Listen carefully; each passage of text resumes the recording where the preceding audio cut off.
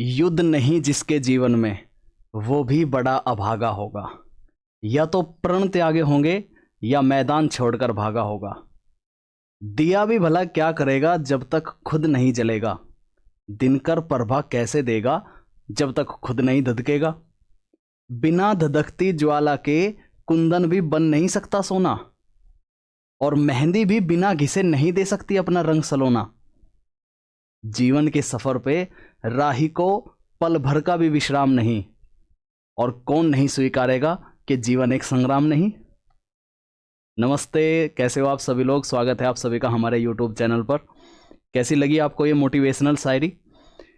देखो, ऐसा कोई भी व्यक्ति नहीं है जिसको अपने जीवन में संघर्ष नहीं करना, और ये संघर्ष ही आप लोगों के अंदर के जो क्वालिटी है उसको उभारता है, आपको सोना बनाता है।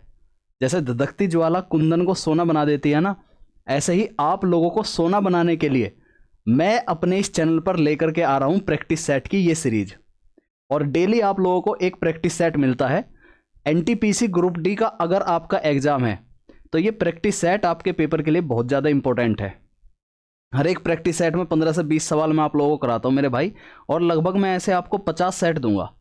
यानी कि आपके पेपर से पहले पहले 1000 से ज़्यादा क्वेश्चंस की प्रैक्टिस हो जाएगी, और फिर इन 1000 क्वेश्चंस की मैं एक पीडीएफ विद सॉल्यूशन आप लोगों को प्रोवाइड कर दूंगा, ताकि रिवीजन भी हो जाए और आप लोग अपने आप से भी प्रैक्टिस कर सको।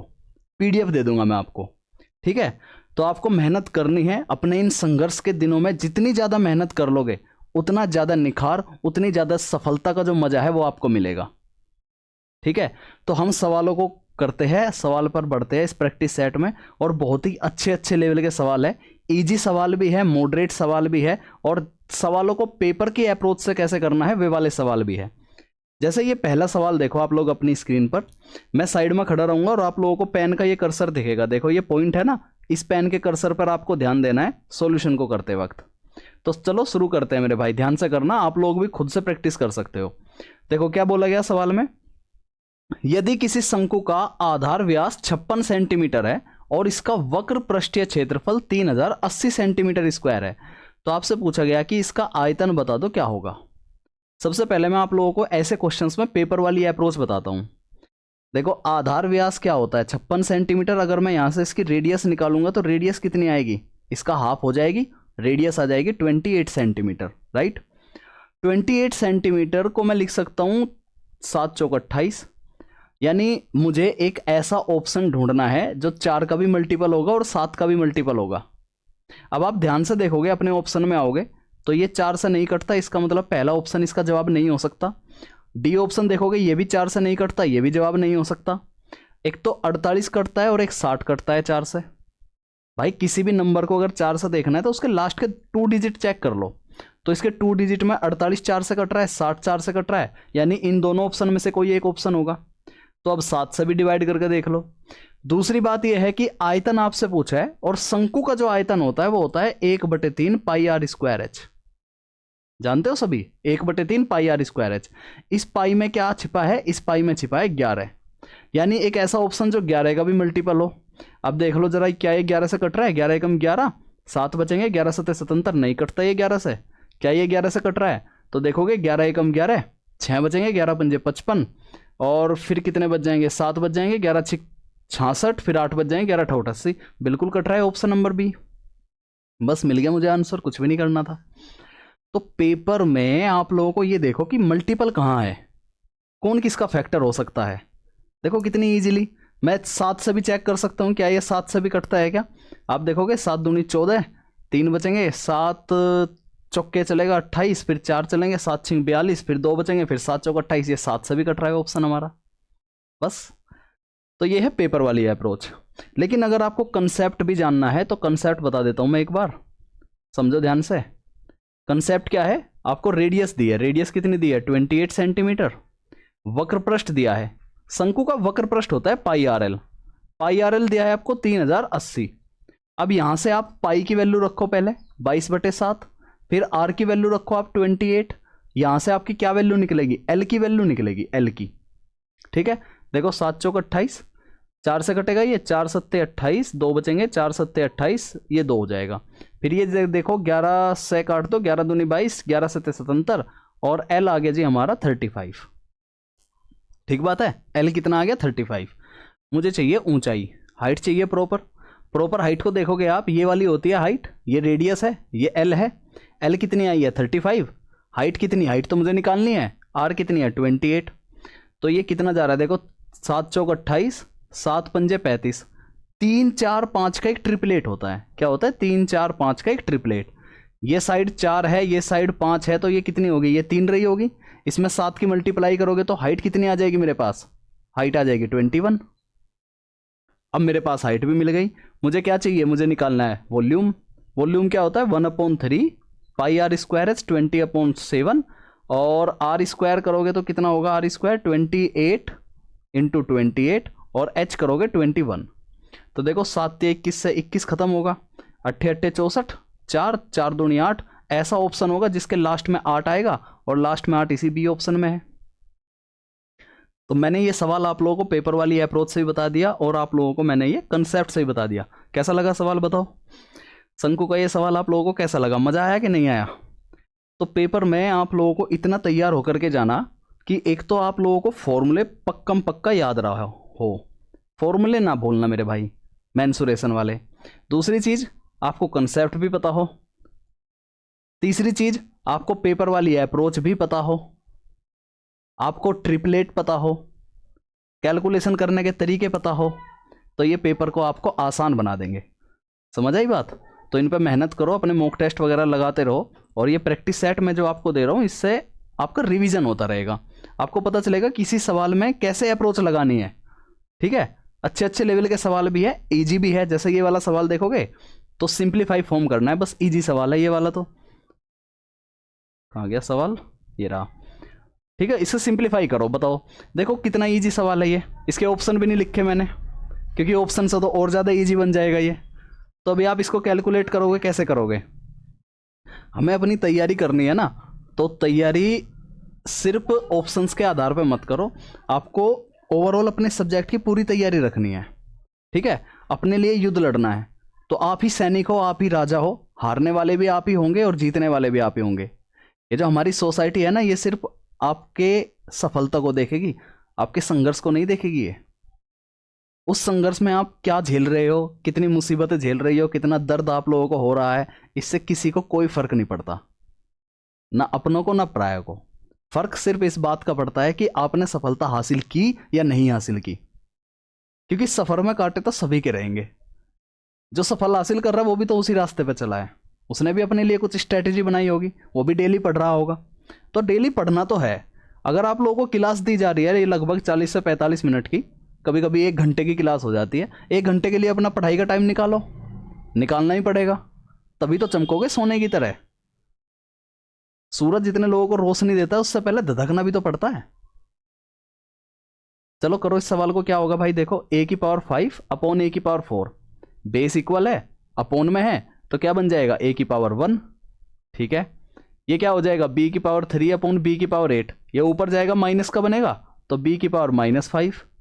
ये देखो ये भी ऊपर जाएगा माइनस का बनेगा c⁻²। मिल गया आंसर मुझे। इसी चीज को मैं ऐसे भी लिख सकता हूं a अपॉन b⁵5 c⁻²। ये इसका सिंपलेस्ट फॉर्म था। इजी था ना सवाल ये, बोलो? वेरी इजी सवाल था, सिंप्लीफिकेशन का। इजी सवाल आप लोगों के अंदर एक कॉन्फिडेंस को लेकर के आते हैं कि चलो ये सवाल हमारा जल्दी हो गया, अब नेक्स्ट क्वेश्चन पर पहुंचते हैं। तो ये पढ़ो भाई सवाल, मेरे भाई करो इस सवाल को। आप लोगों को जो प्रैक्टिस सेट में दे रहा हूँ उस प्रैक्टिस सेट में, क्योंकि मेरे पास डिजिटल बोर्ड तो नहीं है, मैं आप लोगों को पहले कंटेंट बनाता हूँ हिंदी और इंग्लिश दोनों में, ताकि बाइलिंगुअल जो भी बच्चे हैं इंग्लिश मीडियम वाले उनको भी समझ में आ जाए और जो हिंदी मीडियम वाले हैं उनको भी समझ में आ जाए। फिर एक्सप्लेन करने के लिए क्या छोटे से छोटा तरीका हो सकता है, क्या अप्रोच हो सकती है, उस पर काम किया जाता है। फिर साथ ही साथ डिजिटल बोर्ड नहीं है तो ये पूरा सेटअप लगाया जाता है ताकि आपको एक अच्छा इंटरफेस मिले, आप इस स्क्रीन पर अच्छे से देख पाओ, आवाज़ वगैरह आपको प्रॉपर तरीके से आए, तो उसकी एक तैयारी होती है। और एक छोटी सी ये वीडियो बनाने के लिए लगभग इससे पहले 1-2 घंटे का काम किया जाता है, तब जाकर के आपको ये 40-45 मिनट की वीडियो मिलती है। तो इसमें आप थोड़ा सा ये कर सकते हो, थोड़ा सहयोग कर सकते हो, सब्सक्राइब कर सकते हो, चैनल को शेयर कर सकते हो, वीडियो को लाइक कर सकते हो, ठीक है। बाकी और कोई फीस वगैरह कुछ नहीं है, अभी ज़रूरत भी नहीं है फीस वगैरह की, अभी सिर्फ और सिर्फ सपोर्ट की ज़रूरत है। अप्रिसिएट तो कर ही सकते हो ना, ठीक है। और इन सवालों को ढंग से पढ़ो, क्योंकि ये सारे सवाल क्वालिटी कंटेंट वाले सवाल है, पेपर में आने वाले। कोई ऐसे छोटे मोटे सवाल लेकर के नहीं आ रहा हूं मैं आप लोगों के लिए। एनटीपीसी और ग्रुप डी हर पेपर में मैं ये कहता हूं, जो जुड़ रहे हैं मेरे साथ बच्चे, सब्सक्राइब कर रहे हैं और डेली क्लासेस देख रहे हैं, उन्हें पता होगा कि आरपीएफ कांस्टेबल की जो मैंने ये सीरीज चलाई थी, आरपीएफ कांस्टेबल में कितने सवाल मिले हैं पेपर में। इवन जीके जीएस भी जो क्लास ली थी, जीके जीएस के भी सवाल मिले, 2 ही क्लास हुई थी जीके जीएस की, उसमें से ही सवाल मिल गए। तो जब आप लोग सपोर्ट करोगे तो मैं आपको भर के इतना कंटेंट दे दूंगा सिस्टेमेटिक वे में, सिस्टेमेटिक वे में, कि आपको पेपर में सारी चीजें मिलेगी, टफ से टफ सवाल भी मिलेंगे, और ये भी स्ट्रेटेजी बताऊंगा कि क्या पढ़ना है, कैसे पढ़ना है, ठीक। बाकी वो आपके समय की, आपकी किस्मत की बात है कि आपका पेपर किस शिफ्ट में होता है, आपकी शिफ्ट को कितना नॉर्मलाइजेशन मिलता है, वो एक अलग चीज है। लेकिन जितनी पेपर में सवाल बन सकते हैं, जितनी मेहनत आप कर सकते हो, आप अपनी तरफ से मेहनत पूरी करो, आप अपने कर्मों को अच्छा रखो, फल देने का काम ऊपर वाले का है। और जब आप मेहनत ज़्यादा करोगे, संघर्ष करोगे, 1 बार फेल होगे, 2 बार फेल होगे, 3 बार फेल होगे, तो चौथी बार तो पास हो ही जाओगे, चौथे एग्जाम में पास हो ही जाओगे, अगर ईमानदारी से लगे रहे तो। लेकिन अगर कहीं बेईमानी कर दी तो फिर चौथा अटेम्प्ट, फिर 5वां अटेम्प्ट, फिर 6ठा अटेम्प्ट। इसलिए ईमानदारी से बस लगे रहो, नॉलेज को लेते रहो, गेन करते रहो बस, और खुश रखो अपने आप को, पढ़ते रहो बस, ठीक है। ऐसा नहीं होगा कि आप मेहनत नहीं करोगे तो वो साइड से निकल जाएगी, उसका रिजल्ट बेहतर तरीके से मिलेगा आप लोगों को, सिलेक्शन में मिलेगा या दूसरी जगह मिलेगा, मिलेगा जरूर। और जब मेहनत नहीं करेंगे उन्हें नहीं मिलेगा, ये रूल है हमारे यहाँ प्रकृति का, बस यही रूल है, ठीक है। करो इस सवाल को, देखो क्या बोला गया कि एक किराने की दुकान का मालिक, जिसका नाम है मुरलीधर, अपने ग्राहकों को एक छूट स्कीम देता है, जिसमें वो कहता है कि 5 पानी की बोतल खरीद लो और 1 बोतल आप लोगों को मुफ्त दी जाएगी। तो मुझे बताओ कि मुरलीधर द्वारा दी गई प्रभावित प्रतिशत छूट कितनी है, दशमलव के स्थान तक आप इसे निकाल सकते हो। जैसे आप कभी मॉल वगैरह में जाते हो कपड़े वगैरह खरीदने के लिए, सामान वगैरह खरीदने के लिए, तो वहाँ पे एक टैग लगा होता है कि 3 खरीदो 1 मुफ्त पाओ। तो लड़कियाँ अक्सर ज़्यादा बहुत खुश हो जाती है कि मज़ा आ गया भाई, सेल चल रही है, 3 खरीदेंगे और 1 मुफ्त पाएंगे, ठीक। तो ऐसी जगह ये आपको एक लालच देने के लिए, अट्रैक्ट करने के लिए ऐसा होता है, और मोस्टली लड़कियाँ ज़्यादा अट्रैक्ट हो जाती है इन चीज़ों से। तो दुकानदार जो होता है ना, सेल्समैन, उनके पास अलग अलग तरीके की चीज़ें होती है कि कैसे हम छूट भी दे दें और कैसे ग्राहकों को अट्रैक्ट भी कर ले अपनी ओर। तो उसमें वो कुछ छूट देता है, तो ये बोला गया कि असल में ये छूट है कितनी। अगर वो डायरेक्ट बोलेगा कि आप एक कपड़ा खरीदो, मैं आपको 10% की छूट दूंगा, तो उस पर उसको इतना फ़ायदा नहीं होगा, क्योंकि यहाँ वो अब 5 सामान खरीदवा रहा है और उस पर 1 बोतल फ्री दे रहा है, तो उसको ज़्यादा फायदा होगा, क्योंकि वो कम छूट देगा।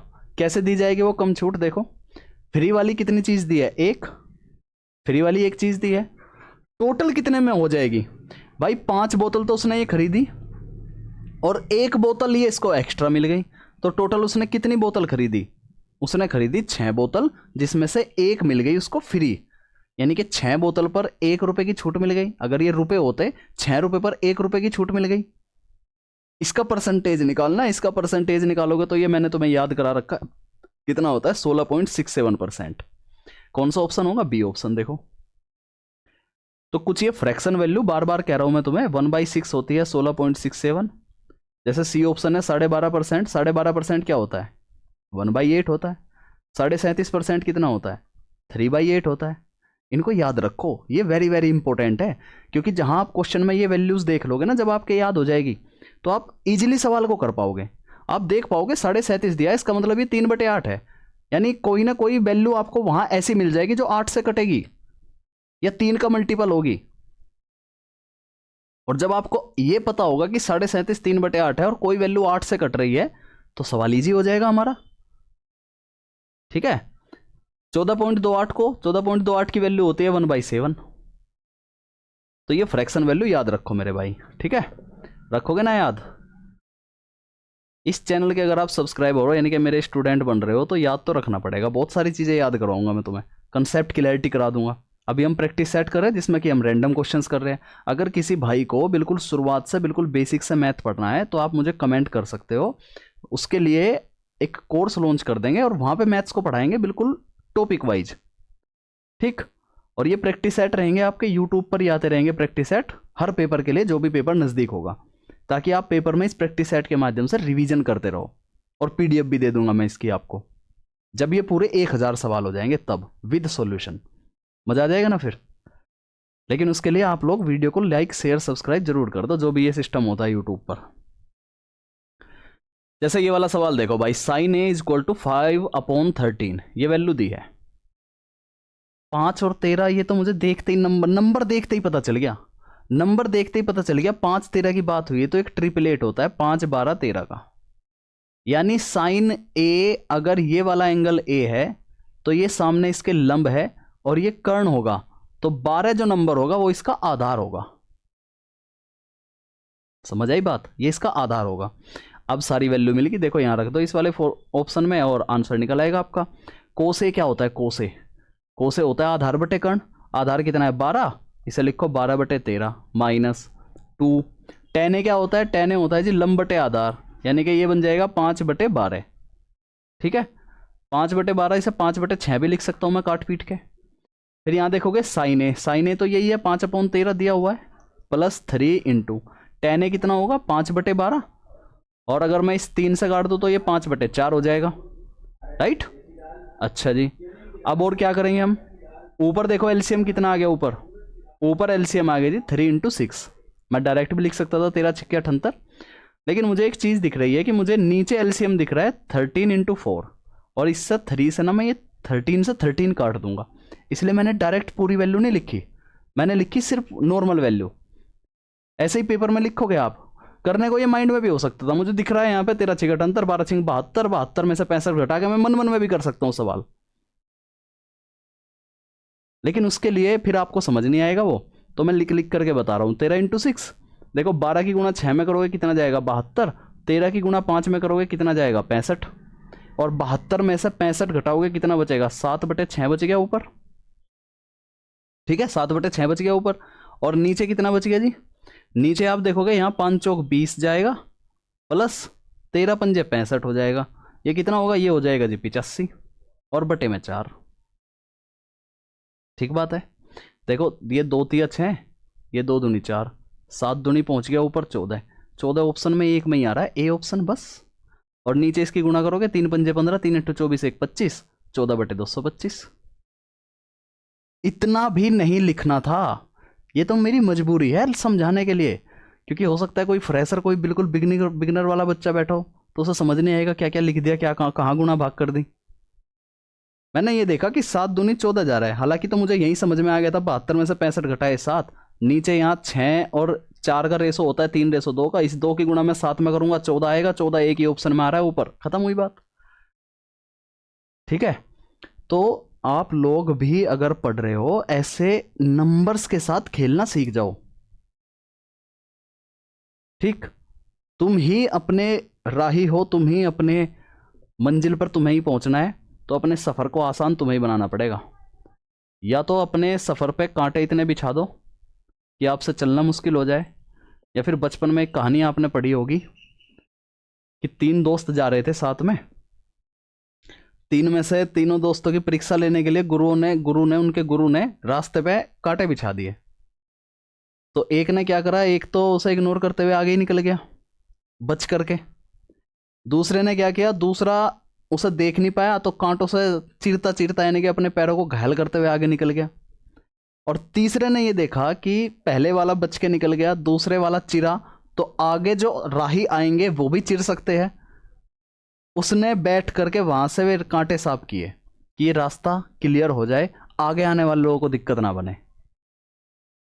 गुरु इस बात से बड़े प्रसन्न हुए, समझाया कि यही जीवन का ज्ञान है।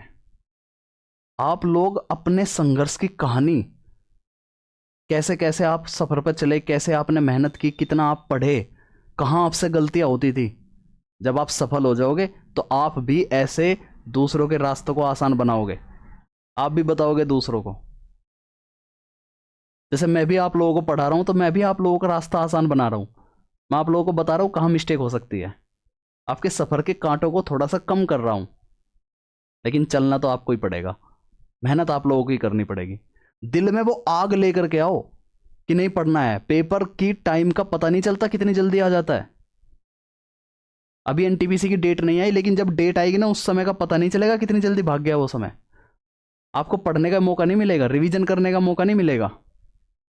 इसलिए समय पर जो चीज आ रही है उसे समय पर ही पकड़ लो, वरना जो ये समय होता है ना, ये समय ऐसा है, इसके सिर पर सिर्फ आगे बाल होते हैं, आगे आगे, पीछे बाल नहीं होते। जब ये समय आपके सामने से जा रहा है, अगर आपने इसके आगे से बाल पकड़ लिए ना तो ये समय आपके कंट्रोल में आ जाएगा। लेकिन एक बार ये समय निकल गया तो फिर इसके गंजे सिर में हाथ मारते रहना, ये बिल्कुल पकड़ में नहीं आएगा। पीछे से जब ये गंजा है ये पकड़ ही नहीं पाओगे आप इसको। एक बार समय निकल गया तो पछताओगे फिर। इसलिए जिस समय जो वीडियो आपको मिल रही है उस समय उस वीडियो को पढ़ो, जो क्लास मिल रही है उस क्लास को पढ़ो। दिन में 3 से 4 घंटे अपनी पढ़ाई का निकालो। 3 से 4 घंटे आप अपने एंटरटेनमेंट का, थोड़ा इधर उधर घूमने का, परिवार के साथ बैठने का, ये समय निकाल सकते हो। दूसरा कोई काम करने का समय निकाल सकते हो। हैबिट आपको ही बनानी पड़ेगी। टाइम टेबल आपको अपने लिए खुद बनाना पड़ेगा। दूसरा सिर्फ आपको सजेशन दे सकता है।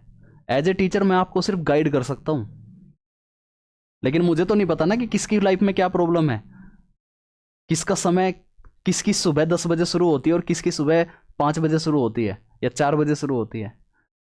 सबका अपना अपना टाइम जोन है। तो अपने अंदर वो हिम्मत वो लेकर के आओ और डेली पढ़ाई करते रहो, क्योंकि हर सवाल अपने आप में एक यूनिक कंसेप्ट रखता है और उसका रिवीजन बहुत ज़्यादा ज़रूरी है। चलो आओ सवाल पे आओ। मोटिवेशन हो गया होगा। अगला सवाल देखो। बोला गया कि एक आदमी 680 रुपये में एक मोबाइल फ़ोन बेचता है और कुछ हानि उठाता है। यदि उसने इसे 1070 रुपये में बेचा होता तो उसका लाभ पहले की हानि का 2 गुना होता। मोबाइल फ़ोन का लागत मूल्य, यानी कि सिर्फ सीपी पूछा है आपसे। ऐसे सवालों में वो लाभ भी पूछ लेता है, कई बार लाभ परसेंटेज, हानि परसेंटेज, ऐसे चीज़ें भी पूछ लेता है। लेकिन यहाँ उसने सवाल को ईजी ही बनाया, सीपी पूछा। और ये अपने आप में एक टफ लेवल का सवाल है। बहुत सारे बच्चे गलती करते हैं, कुछ को तो समझ में ही नहीं आता क्या हुआ, ये क्या बोला गया इसमें। देखो समझो, कंसेप्ट को समझो ध्यान से। एक आदमी 680 रुपये में एक मोबाइल फ़ोन बेचता है। तो एक तरफ मैं लिख देता हूँ भाई, क्या लिख देता हूँ मैं, सीपी। एक तरफ मैं लिख देता हूँ एसपी। ठीक, एक बात बताओ मुझे, एक एसपी और लिखना पड़ेगा क्योंकि यहाँ भी बेचा जा रहा है, 2 चीज़ें बेची जा रही है। समझना, पहले कंसेप्ट समझो फिर तरीका बताऊंगा, शॉर्ट ट्रिक। ठीक, तरीका ये है कि कोई सामान खरीदा गया होगा सीपी में और फिर वो बेचा गया होगा। पहली बार जब वो बेचा 680 रुपये का। पहली वाला एसपी यहाँ लिख देता हूँ, दूसरे वाला यहाँ। जब वो 680 रुपये में बेचा गया तो इसको कुछ हानि हुई। क्या हुई? हानि। हानि क्या होगी कि इसका मतलब ये होगा कि वो सीपी से कम रुपए में बेचा गया। भाई वो सीपी में कम रुपए में बेचा गया। अगर मैं इस सीपी में वो हानि जोड़ दूं, जो हानि हुई थी, जितने रुपए की हानि हुई थी, अगर मैं इसमें जोड़ दूं तो सीपी बन जाएगा। बोलो हाँ या ना, राइट। फिर दूसरी बार उसने कहा कि यदि वो 1070 रुपये में बेचता, मतलब 1070 रुपये में बेचता, तो उसे इस बार लाभ होता। क्या होता? लाभ, यानी सीपी से ज्यादा रेट पे बेचा गया इस बार। और अगर मैं इस सीपी में से वो लाभ घटा दूं, पी फॉर प्रॉफिट घटा दूं, तो फिर वही सीपी आ जाएगा। ठीक है, क्लियर है बात? अच्छा, अब उसने ये कहा कि ये जो लाभ हुआ ना, इसको, ये पहले की हानि का 2 गुना है। मतलब अगर यहां 1 रुपए की हानि हुई तो यहां 2 रुपए, 2 गुना है उसका लाभ।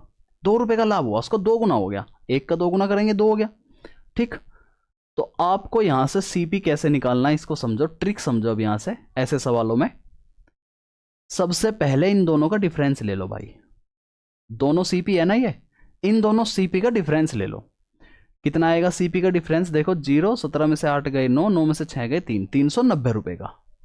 कितना आया है? 390 रुपए का डिफरेंस। इसको डिवाइड कर दो, किससे? इन दोनों के अंतर से। जब इन दोनों का अंतर लोगे ना, देखो ये 1 में है, ये माइनस में है, क्योंकि प्रॉफिट में से घटाओगे तभी तो सीपी आएगा ना। तो इन दोनों का अंतर लोगे तो ये जुड़ जाएंगे आपस में असल में, क्योंकि 1 माइनस -2 करोगे तो 1 + 2, इनको जोड़ करके इससे डिवाइड करो, कितना आ गया 130। 130 जो ये आया है 130, ये आया है लॉस, ये सीपी नहीं आया अभी, ये आया है लॉस। इसे आप लॉस कह दो या 2 की गुणा करके इसे आप प्रॉफिट कह दो। समझ आई बात? ये हमारी 1 यूनिट की वैल्यू आ गई, लॉस की वैल्यू आ गई। मुझे क्या चाहिए? मुझे चाहिए सीपी। मैंने बताया इसमें अगर आप ये लॉस जोड़ दोगे तभी तो सीपी आएगा। तो 680 में 130 जोड़ दो, कितना बनेगा? 810 रुपए बन जाएंगे। और ए ऑप्शन हमारा इस सवाल का बिल्कुल सही जवाब हो जाएगा। समझ आई बात? ये सवाल वेरी वेरी इंपॉर्टेंट है और कई बच्चे इसमें गलती करते हैं। तो जहां भी आपको ऐसे सवाल दिखाई दे कि 2 सीपी दे रखे हो, ये CP1 है, ये CP2 है, और पहले सीपी में कुछ हानि या कुछ लाभ होता हो और दूसरी सीपी में कुछ लाभ या हानि होते हो जिसमें उसका 1 गुना 2 गुना होगा, तो वहां सबसे पहले इन दोनों सीपी का अंतर ले लो और उसके बाद ये जो 2 गुना है ना, इनको ऐड करके उससे डिवाइड कर दो। जैसे यहाँ 1 और 2 था तो मैंने इन दोनों को ऐड किया, इससे डिवाइड कर दो, ये लॉस निकलेगा। और फिर किसी एक सीपी में इसमें 130 जोड़ दो या इसमें से 130 घटा दो। ठीक है, समझ आई बात? 130 घटेगा नहीं, 130 नहीं घटेगा, वो कितना घटेगा? 2 गुना करके 260 घटेगा, 260। 2 गुना करना ना, क्योंकि 2 गुना है, या फिर इसमें से 260 घटा दो, तब भी सेम ही आंसर आएगा। बोलो, क्लियर है क्या बात? ट्रिक समझ गए? कई बार यहाँ ऐसे भी बोलता है कि यहाँ हानि हुई, यहाँ लाभ हुआ, कोई 2 गुना 3 गुना नहीं होगा, तो ऐसे केस में सिर्फ इनका एवरेज निकाल दो, वही सीपी होगा। फिर एक क्लास में और बताई थी मैंने तुम्हें ये बात। चलो समझ गए होगे बात को, आगे बढ़ते हैं। बहुत आसान से, बहुत प्यार से समझा दिया मैंने तुम्हें। 15-20 सवाल रहेंगे हमारे इस प्रैक्टिस सेट में, देखते हैं लास्ट तक कौन बना रहता है भाई। मजा आ रहा है कि नहीं आ रहा? जब सवाल समझ में नहीं आते ना, सर के ऊपर से चले जाते हैं, तब क्लास बोर होने लगने लगती है। ऐसा लगता है पता नहीं क्या पढ़ा रहे सर। तो उसके पीछे का कारण ये है कि आप पूरे तरीके से अपना फोकस नहीं बना पा रहे, पूरे तरीके से कंसंट्रेशन नहीं बना पा रहे। जब मैं कोई बात बोल रहा हूँ, मैं आपसे ये कह रहा हूँ कि ये सीपी है, ये एसपी है, इसका अंतर ले लो, इसका माइनस ले लो, तो आप इसके माइनस प्लस में घूम गए हो। आपने वो चीज़ ध्यान से नहीं सुनी कि क्यों करना है माइनस, क्यों करना है प्लस, इसलिए सर के ऊपर से चली जाती है चीज़ें। और फिर आप खुद से कैलकुलेशन नहीं करते। यहाँ सारी कैलकुलेशन मैं ही कर रहा हूँ कि देखो ये घटाओ, ये जोड़ो। अगर आप अपने मन से कैलकुलेशन करनी शुरू कर दो ना, तो भी आपका फोकस बढ़ जाएगा, आपका एंगेजमेंट बढ़ जाएगा क्लास के साथ में, और फिर आपको क्लास बोरियत नहीं लगेगी। फिर आपको लगेगा कि हाँ, हर सवाल अच्छे है और हर सवाल मैं करता जा रहा हूँ। जब तक खुद का एंगेजमेंट नहीं बढ़ाओगे, बात ये पढ़ाई की नहीं है, हर कामों की है, तब तक हर चीज बोरियत ही लगेगी। आप बेड पे पड़े पड़े ये सोचते रहो मेरा सिलेक्शन हो जाएगा, मेरा सिलेक्शन हो जाएगा। जब तक खुद सवालों को नहीं करोगे, खुद से प्रैक्टिस सेट नहीं लगाओगे, तब तक आपको नहीं पता चलेगा कि कहाँ कहाँ गलती होती है और कितना समय लगता है एक सवाल को सोल्व करने में। टाइम बाउंडेशन भी तो होती है ना। समझ आई बात? तो हर काम में अपना एंगेजमेंट लगाना शुरू कर दो। जब मैं आप लोगों को सवाल करा रहा हूं तो मन मन में इनकी कैलकुलेशन करना भी शुरू कर दो, इनको पढ़ना शुरू कर दो और ये देखो कि मुझसे कहाँ गलती हो रही है, और मजा आएगा। फिर आपको मजा आने लगेगा क्लास में। और ऐसा नहीं करोगे तो आप वीडियो तो ओपन करोगे, थोड़ी सी वीडियो देखोगे और भाग जाओगे। कोई चुटकुले वुटकुले मैंने सुना दिए तो अच्छा लगने लगेगा तुम्हें, नहीं सुनाए तो बोरियत होने लगेगी तुम्हें। ठीक? तो अपने आप को उस पावर जोन में लेकर के आओ, तभी आगे निकलोगे इस कंपटीशन की रेस में। क्योंकि हर बच्चा यहाँ पढ़ाई नहीं करता, क्लास तो सभी देखते हैं, बच्चा हर कोई पढ़ाई नहीं करता। ये वाला देखो, आदि और दिया, लगाओ खुद का एंगेज करो इसमें। आदि और दिया के पास कुल मिलाकर के 1440 रुपए है। यदि आदि की राशि का 3/10 भाग दिया की राशि के 3/5 भाग के बराबर है, तो दिया के पास बताओ कितनी राशि है। जैसे भाई ये आदि की राशि का 3/10 भाग दिया की राशि के 3/5 भाग के बराबर है, तो मैं क्या करूंगा, मैं इससे ये करूंगा जी, 5 दूनी 10 करूंगा जी, इस 2 को इधर पहुंचाऊंगा, इस 1 को इधर पहुंचाऊंगा, यानी a = आ गया मेरे पास 2d। तो यहाँ से आदि के पास में 2 रुपये ही रहे होंगे और दिया के पास में 1 रुपया रहा होगा। ये मैंने तुम्हें समझाया। इसके बराबर सामने वाला जो है ना, ये तो a की वैल्यू है, और इसके सामने वाला ये यहाँ 1 कोफिशिएंट पर रहेगा, वो d की वैल्यू है। क्लियर होगी बात? दोनों के पास कितना होगा? दोनों के पास हो गया जी 3 यूनिट में। लेकिन यहाँ सवाल में कहा कि यही 1440 के बराबर है, तो 3 की वैल्यू कितनी होगी, 3 चौके 12, 3 अट्ठे 24, 480 होगी 1 यूनिट की वैल्यू। आपसे क्या पूछा है, आपसे पूछा है दिया के पास 1 ही यूनिट में था, जिसकी आंसर आया मेरा डी ऑप्शन 480। बताओ समझ में आई क्या बात, राइट? नहीं बना तो पीछे वीडियो को ऐसे करो बैक और समझ लो फिर से, और जिसको समझ में आ गया उसका मजा ही है। ये पढ़ो भाई अगला सवाल, ज्योमेट्री का सवाल है, बढ़िया लेवल का सवाल है मेरे भाई। 1 बाय 1 मेहनत करनी पड़ेगी। एनटीपीसी और ग्रुप डी दोनों को मिक्स है, क्योंकि दोनों आरआरबी ही करा रही है। आरपीएफ के थोड़े से अलग बन जाते हैं, क्योंकि उसमें आरपीएफ बोर्ड अलग होता है पेपर कराने वाला, लेकिन यहाँ आरआरबी बोर्ड है, ये रेलवे रिक्रूटमेंट बोर्ड। एनटीपीसी और ग्रुप डी सेम से ही रखेंगे वो सवालों का लेवल, बस थोड़े से कैलकुलेटिव बना देंगे एनटीपीसी में, और ग्रुप डी में भी भाई कैलकुलेटिव बनेंगे, ईजी नहीं होता। लास्ट टाइम जो पेपर हुआ था ना उसमें ठीक ठाक पेपर थे, बढ़िया सवाल थे ग्रेजुएशन बेस के। चलो इस सवाल पे आओ। कहा गया कि केंद्र ओ वाले एक वृत्त में एक व्यास ए बी को वृत्त के बाहर बिंदु सी तक बढ़ाया जाता है। अच्छा, फिर आगे कहा कि वृत्त के बिंदु डी पर सी डी एक स्पर्श रेखा है। सी डी की वैल्यू दी है आपको और एक एंगल दिया है, एंगल डीबीसी। आपसे पूछा वृत्त के व्यास की लंबाई। समझ आया सवाल? सर्किल का सवाल है, नहीं समझ आया देखो समझो कैसे करेंगे, समझना ध्यान से, बनाओ फोकस। ये मैंने खींच दिया वृत्त, अभी इसमें हम खींचेंगे एक व्यास, ये मैंने खींच दिया व्यास। सवाल में कहा इसी व्यास को आगे सी तक बढ़ाया गया, यहां तक बढ़ा दिया, यही तो बोला ना, ए बी को वृत्त के बाहर बिंदु सी तक बढ़ाया गया है। फिर सवाल में कहा कि वृत्त के बिंदु डी पर सी डी एक स्पर्श रेखा है, यानी यहां बिंदु डी रहा होगा, इसको स्पर्श करती हुई एक रेखा बनी होगी, ये हो गई हमारी स्पर्श रेखा। इनके नाम लिख लो, ये सेंटर है ओ, ये है आपका व्यास ए बी, इसको बढ़ा दिया सी तक, और ये हो गया बिंदु डी पर स्पर्श रेखा। डायग्राम समझ में आ गया सभी को?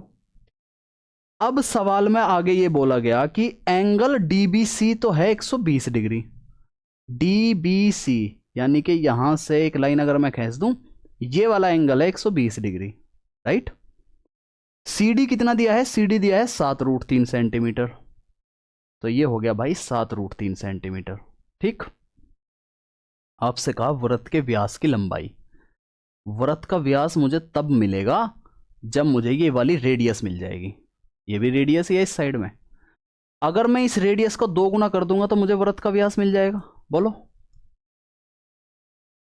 बात समझ में आई? तो वो कैसे मिलेगा? पहली बात जानो, किसी ट्रायंगल में ये 120 डिग्री है ना, किसी ट्रायंगल में अगर ये 120 डिग्री है, इसके सामने वाली साइड होगी √3, याद रखना, और ये साइड वाली साइड होगी इसकी 1 तो अगर ये √3 की वैल्यू 7√3 है, तो इसकी वैल्यू कितनी रही होगी 7, और इसकी भी वैल्यू कितनी रही होगी 7। ठीक बात है? बताओ ठीक बात है? अच्छा जी, पहला कंसेप्ट था ये। दूसरा कंसेप्ट, जब भी स्पर्श रेखा हो, ये स्पर्श रेखा दे रखी है और ये है एक छेदक रेखा, है ना, ये एक जीवा भी कह सकते हो, छेदक रेखा बनेगी, यानी कि इस वृत्त को छेद करते हुए आ रही है बाहर, तो स्पर्श रेखा का स्क्वायर, सी डी का स्क्वायर इक्वल टू होगा सी बी, यहां से इस पॉइंट पे जाओ सी बी, और फिर इसी पॉइंट पे इस पॉइंट पे जाओ सी ए, यानी C B into C A. Very very very important concept है, भूल मत जाना इसको, ये कंसेप्ट याद रख लो, पहले वाला भी है 120 डिग्री वाला और ये वाला भी, कि स्पर्श रेखा का square equal to C B into C A. अब देखो इसको तो मैंने आर मान रखा है, सी डी का स्क्वायर कितना हो गया, इसका स्क्वायर करोगे तो 49 कितना होता है, 3×9 = 18, 3×4 = 12 और 1 13, 138 इक्वल टू सी बी कितना है जी, सी बी है 7, सी बी 7 है, और सी ए कितना है, सी ए हो जाएगा इंटू में 7 + 2r, एक आर ये, एक आर ये, ठीक है। अच्छा 7 से काट लो इसको, कट रहा है क्या 7 से? ये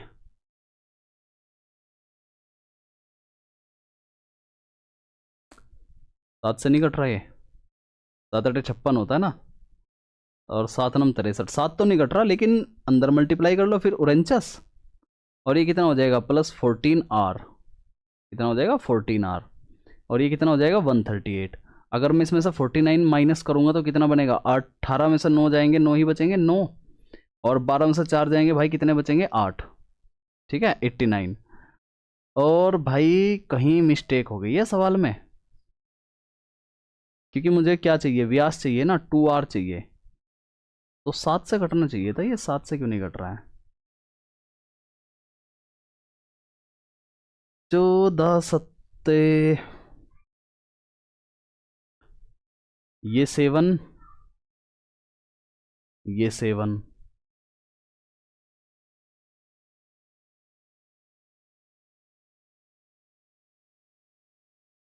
चलो एक दूसरा तरीका बता देता हूँ।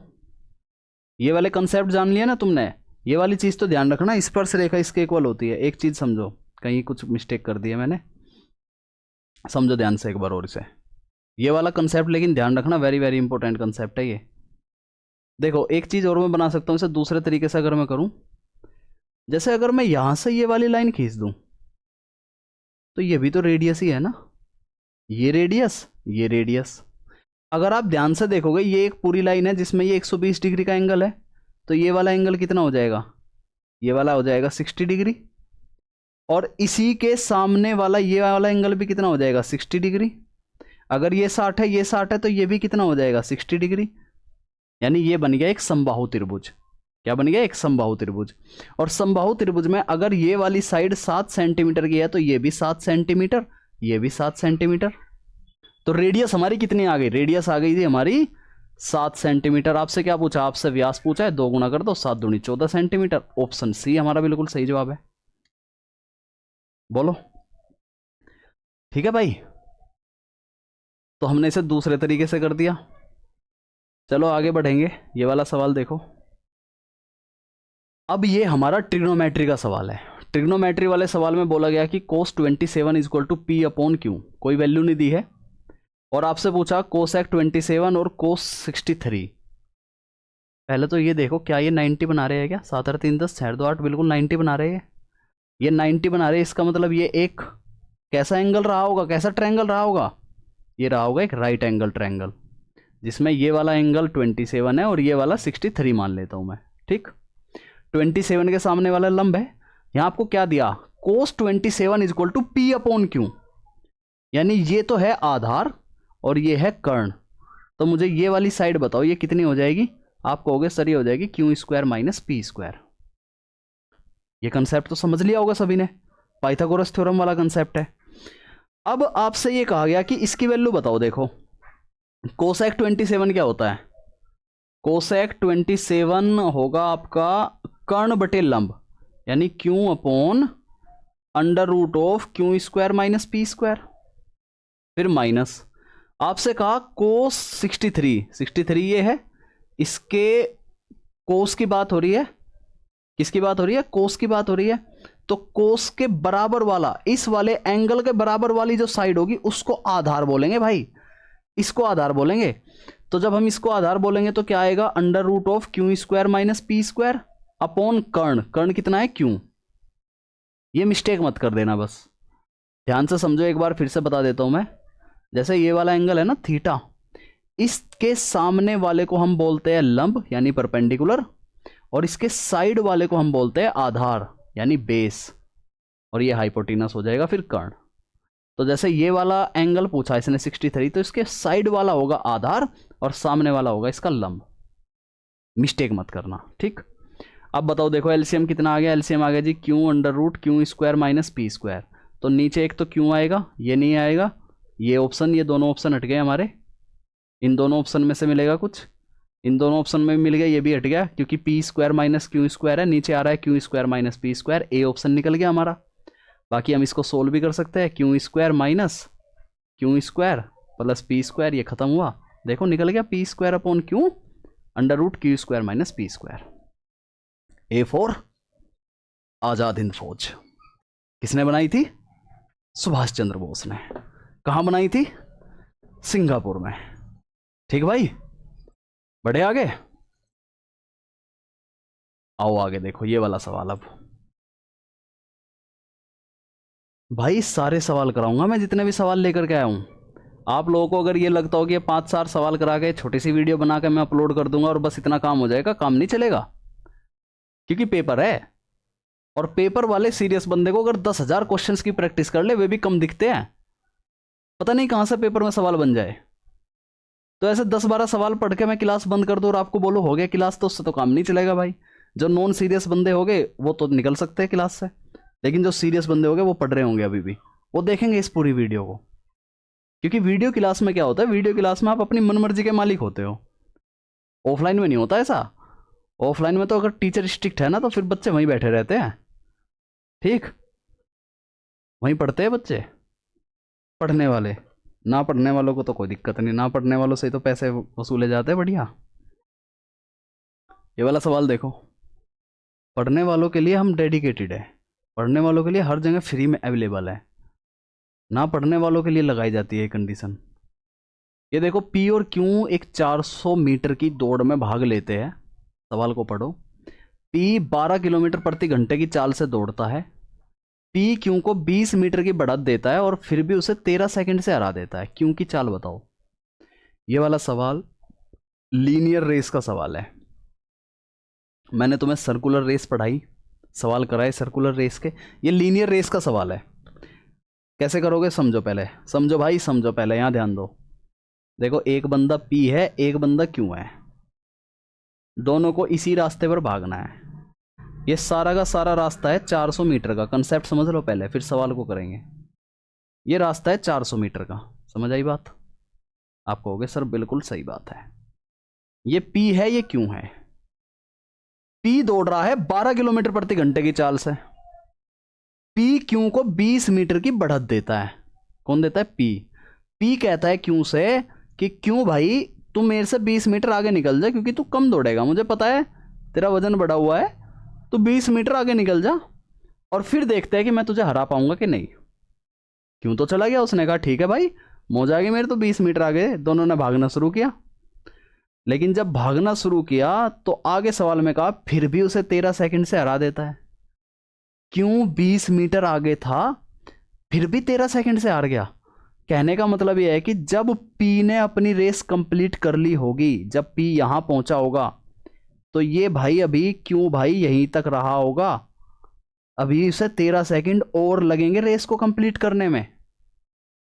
कंसेप्ट समझ में आ गया क्या? ये डायग्राम समझ में आ गया क्या? 20 मीटर आगे था, लेकिन जब पी ने अपनी रेस कंप्लीट कर ली तो क्यों अभी 13 सेकंड और पीछे है, अभी उसे 13 सेकंड और लगेंगे रेस को कंप्लीट करने में। ठीक है, चलो जी पहुंचाते हैं इसे।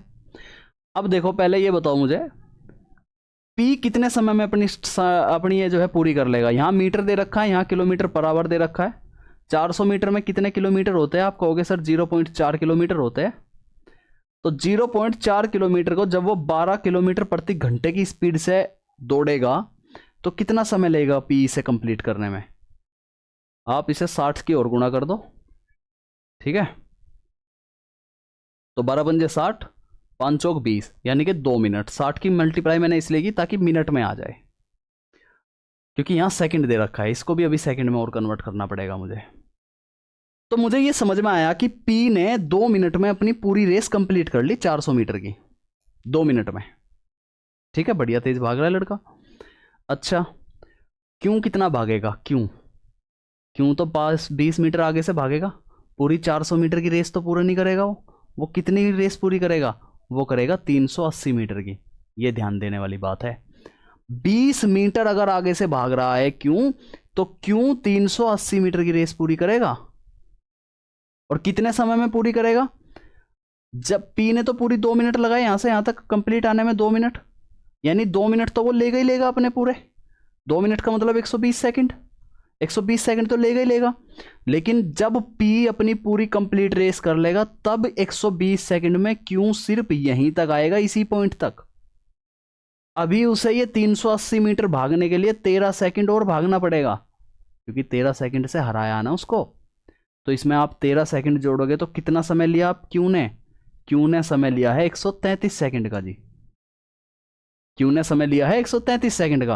आपसे पूछिए क्यू की स्पीड, स्पीड होता है डिस्टेंस अपॉन टाइम।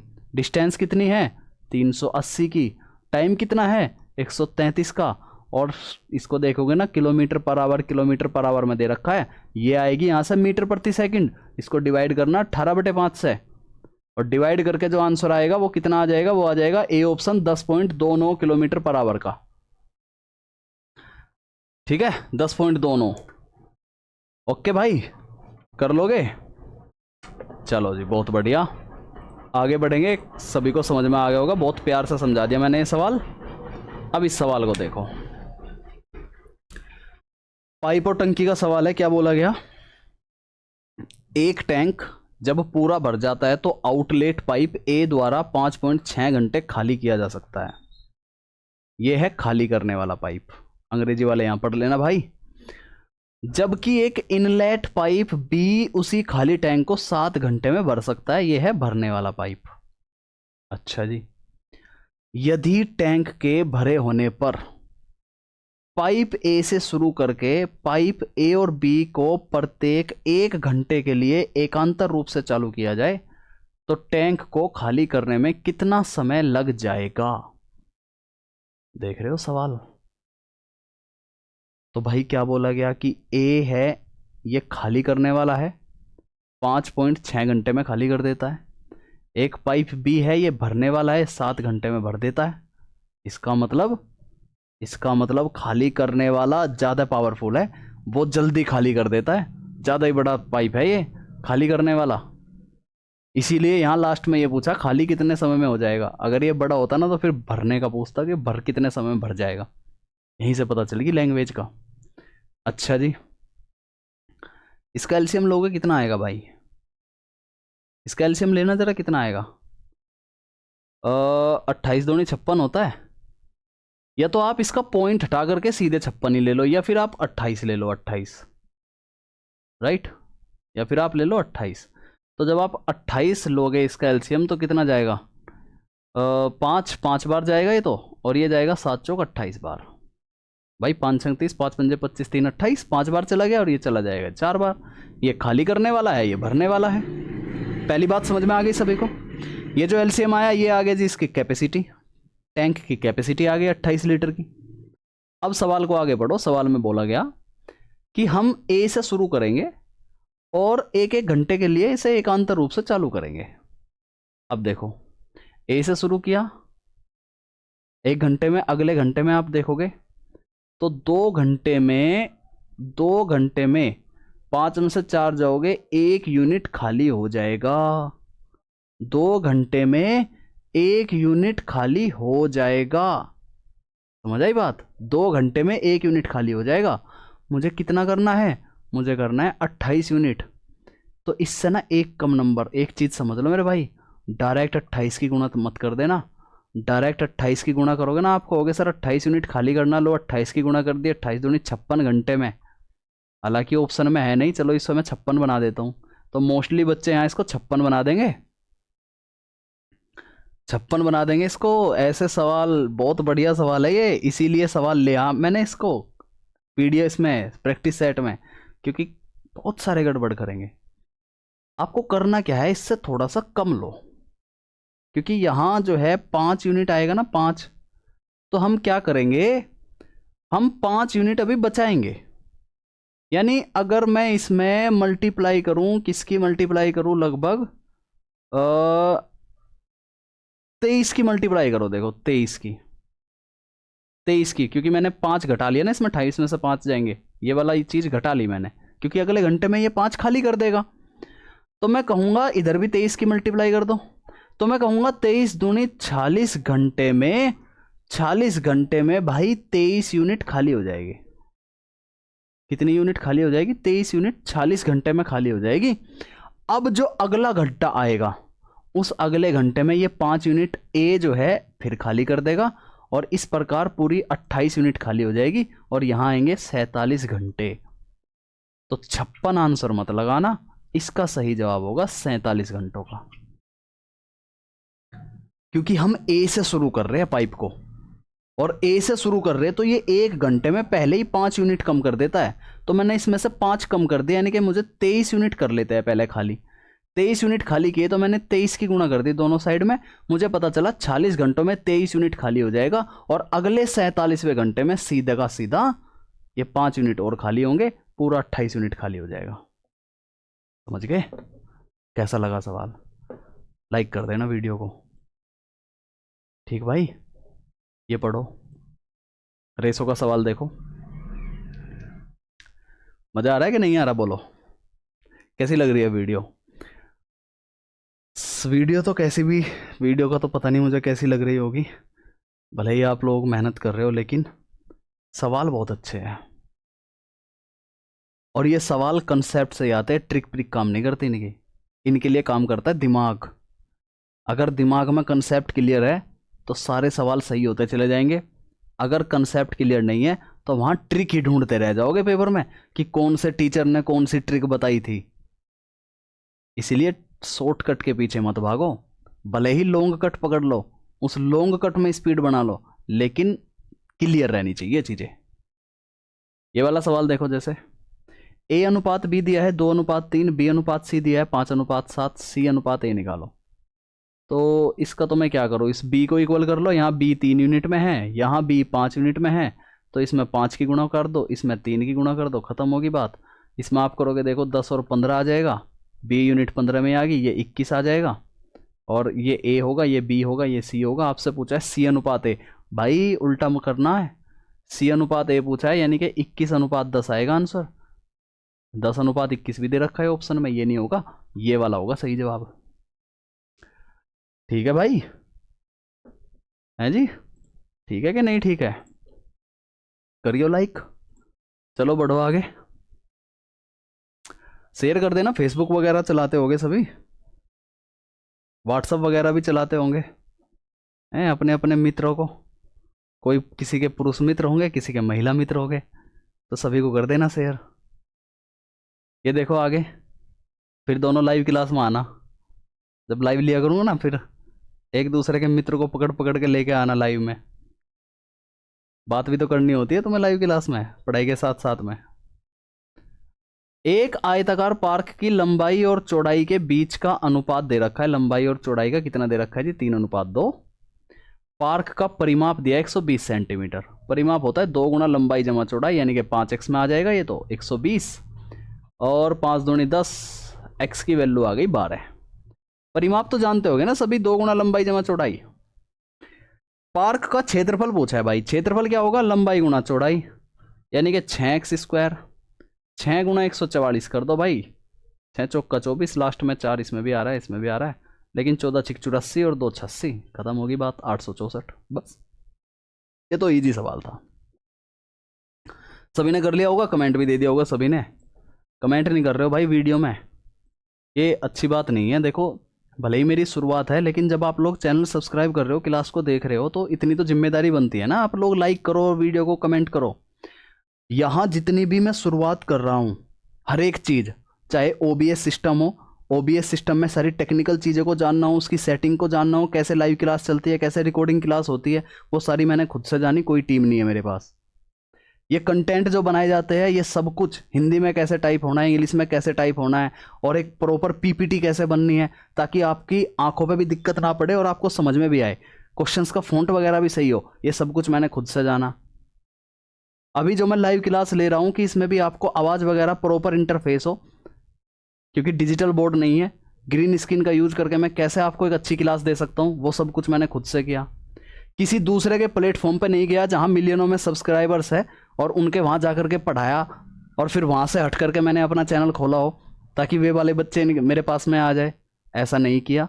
सब कुछ जीरो से शुरू कर रहा हूँ, सब कुछ अपने आप भी सीख रहा हूँ। यही सारी चीज़ सीख सीख करके तो आज आप लोगों को एक ऐसी क्लास मिल रही है।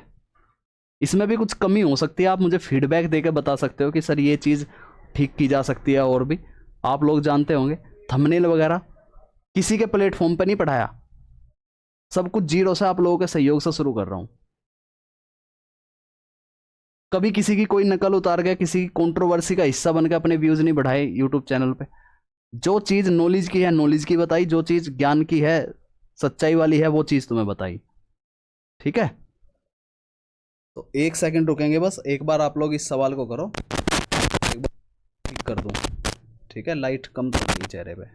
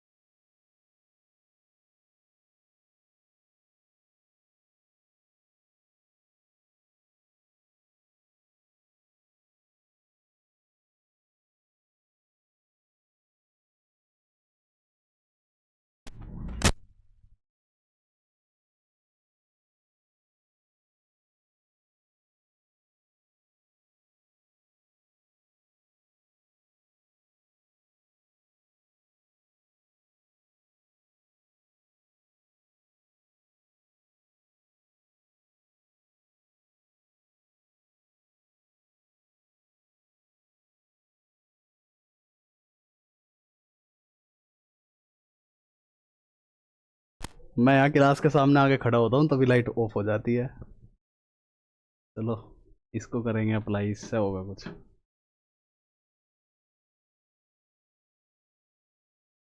देखो सवाल को देखो, ये हो जाएगी बाद में, ठीक, अभी सवाल इंपॉर्टेंट है। यहाँ देखो क्या बोला गया भाई, ओ केंद्र वाले वृत्त में चाप एबीसी वृत्त के केंद्र पर 134 डिग्री का कोण अंतरित करता है। आप क्वेश्चंस पर ध्यान दो। सबसे पहले हम एक वृत्त बना लेते हैं, सर्किल, और इस सर्किल पर यह कहा गया कि एक चाप है A B C, A B C, ठीक है, ए बी सी। ये क्या करता है, ये सेंटर पर, सेंटर यहां बना लेते हैं ओ, इस सेंटर पर ये क्या करता है, इस सेंटर पर मेरे भाई ये वाला जो चाप है ये 134 डिग्री बना देता है। कितना, 134 डिग्री। ठीक है, चलो जी, तो यही चाप परिधि पर कितना कोण बनाएगा, ऐसे ये मैंने परिधि बनाई, इस पर कितना कोण बनाएगा, पिछली क्लास में समझाया था मैंने तुम्हें। इसका हाफ कर दोगे कितना आएगा, 60, 2 छिक्की 12, 2 सत्ते 14, कितना आ जाएगा, 67। ठीक है, 67। अब आपसे कहा गया जीवा ए बी, ये जीवा ए बी है, इसको जीवा को खींचो भाई, सीधी सी लाइन पकड़ लेते हैं, एक सीधी सी लाइन। अरे सारा का सारा सर्कल ही मिट गया, 1 सेकंड। ये सीधी लाइन पकड़ ली मैंने, जीवा है ए बी, और इसी को आगे बढ़ाया गया बिंदु पी तक। ठीक है, तो यहाँ एक लाइन और खींच लेते हैं, ऐसे बना लिया, इसको पहुंचा दिया हमने बिंदु पी तक।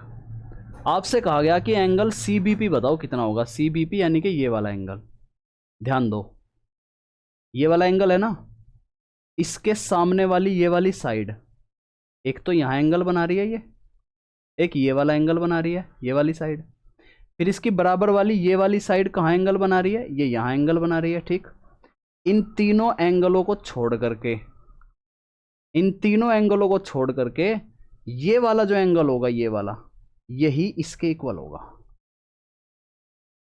समझ आई बात, इसको हम बोलते हैं अल्टरनेट सेगमेंट एंगल। याद रखोगे, याद रखोगे सवाल इजीली हो जाएगा, नहीं याद रखोगे तो थोड़ा सा इसमें आप फिर कैलकुलेशन में फंस जाओगे। तो क्या कैलकुलेशन वैसे ऐसे भी कर सकते हो आप, इसे क्वाड्रिलेटरल सर्किल दे रखा है, तो ये वाला जो एंगल होगा उसे 180 माइनस 67 होगा, और फिर ये पूरी लाइन है, फिर इसे 180 में से घटाओगे तो फिर 67 ही आ जाएगा। बस यहीं से निकल के आए अल्टरनेट सेगमेंट वाला सिस्टम। आगे बढ़ते हैं, देखते हैं और कितने सवाल बचे हैं हमारे पास। दो दो सवाल और बचे हैं भाई। ठीक है, लाइट प्रॉब्लम कर रही है अभी, अगर आपको मेरी जो शक्ल वगैरह अगर वो अच्छी ना दिखे, थोड़ा ब्लैक ब्लैक दिखे, तो भाई उससे घबराना मत, सवाल आपको क्लियर ही दिखेंगे, क्योंकि मेरे सामने जो है अभी लाइट प्रॉब्लम कर रही है। ये वाला सवाल देखो, 2000 रुपए पर, कल भी प्रैक्टिस सेट में डाला था मैंने ये, 2000 रुपए पर 6.5% वार्षिक ब्याज की दर पर 13 फरवरी 2023 से 27 फरवरी 2023 के बीच की अवधि का साधारण ब्याज बता दो। इसके बीच में कितने दिन बैठेंगे जानते हो? 73 डेज बैठेंगे, कल भी बताया था तुम्हें। अगर मैं इसे साल में कन्वर्ट करूं तो 365 से भाग करना पड़ेगा, और मैं कहूंगा ये बनेंगे 1/5 ईयर। एक साल में ब्याज लग रहा है 6.5 का, तो 1/5 में कितना लगेगा? 1.3 का लगेगा। 2000 का अगर मैं 1/3 निकालूंगा तो 13 दूनी 26 आ जाएगा। बस खत्म होगी बात। सी ऑप्शन हमारा इस सवाल का सही जवाब होगा। ठीक है, ये देखो अगला सवाल, और ये आखिरी सवाल है, करो इसको, पढ़ो भाई। सवाल में कहा गया कि दो मित्रों की आयु का अनुपात 4:3 है। ठीक है, 4 साल के बाद हो जाएगा 6:5। यहाँ आप देखोगे इनके बीच में 1 का अंतर है और यहाँ भी 1 का अंतर है, कुछ मल्टीप्लाई नहीं करनी। इनके बीच में यहाँ 2 का अंतर है, यहाँ 2 का अंतर है, यही 2 4 के इक्वल है, तो 1 की वैल्यू हो जाएगी 2। समझ आई बात? 1 की वैल्यू 2 हो जाएगी, तो पहले मित्र की वर्तमान आयु होगी 8 वर्ष, दूसरे मित्र की वर्तमान आयु होगी 6 वर्ष। ठीक है, ठीक है जी। अब से 22 साल के बाद उनकी आयु का योग बताओ क्या होगा? ये 22 साल बाद ये 30 साल का हो जाएगा, और ये 22 साल बाद 28 साल का हो जाएगा। इनको ऐड करोगे तो दोनों भाई 58 साल के हो जाएंगे। ठीक है मेरे भाई, ए ऑप्शन हमारे इस सवाल का सही जवाब है। तो कैसी लगी आपको क्लास? कल हम लोग सेट 5 करेंगे। ठीक है, इसमें कुछ क्वेश्चंस तैयार कर रखे क्या मैंने? हाँ, कुछ क्वेश्चंस तैयार है, वे हम सेट 5 में करेंगे। आज के लिए इतना ही रखेंगे हम, सेट 4 था ही हमारा। और कल भी आपको इसी समय पर क्लास मिलेगी, प्रीमियर क्लास आपको लोगों को मिल रही होगी। अगर आप लाइव आना चाहते हो तो आप मुझे कमेंट ज़रूर बताओ, वीडियो को लाइक करो। कैसी रही आपकी क्लास? ये 15-20 सवाल आपको समझ में आए या नहीं आए? अपने सभी दोस्तों के साथ में शेयर करना ना भूलें। सपोर्ट करना आप लोगों का काम है, पढ़ाना मेरा काम है। राइट? जय हिंद एवरीवन, अपना ध्यान रखो सभी और पढ़ाई करते रहो।